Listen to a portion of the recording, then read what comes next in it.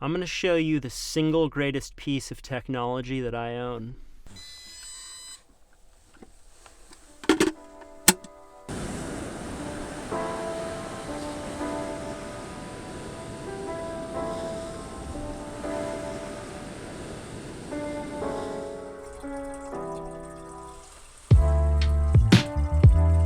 The way that you wake up and those first few things that you do in the morning sets the trajectory for your day.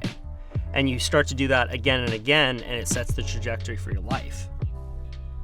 Dawn patrol means making a decision that is difficult in service of your future self. A perfect morning for me is waking up before the sun comes up, doing a cold plunge. It's the best antidepressant out there. Journaling, thinking of a funny idea, going on my computer, writing for 2 or 3 hours, and then going surfing.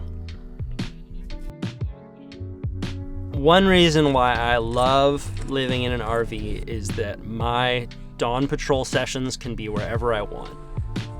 I wake up, I'm in a new spot, and it gives a bit of buoyancy and creativity to my day.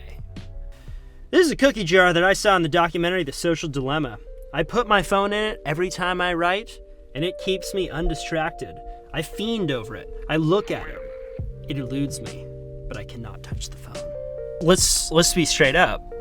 The phone is the greatest drug in the world. If you're checking your phone first thing in the morning, if you're going on Instagram first thing in the morning, it is fracturing your attention in a way that's very difficult to get back. We've been taught that we should always be going the easier route, and that, I think, is the basis for a lot of the suffering in our culture, really, because it's about delayed gratification. If you actually want to reach your goal, it's going to be a little bit shitty first, and then you're going to feel the payoff later. So by doing something that sucks early in the morning, it makes every other shitty thing that you need to do later easier. Telling people that you live in a 1997 Ford RV named Starflight is good for you. It's good for your ego, because you're forced to admit that you live in a car. You're still okay with yourself.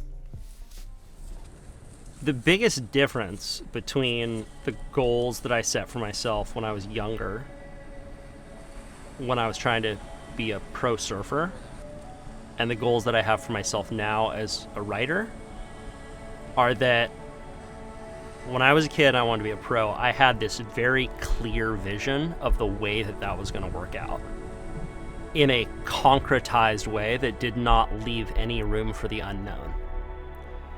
But now as a writer, I know certain skills that I want to get better at, but it's less image driven.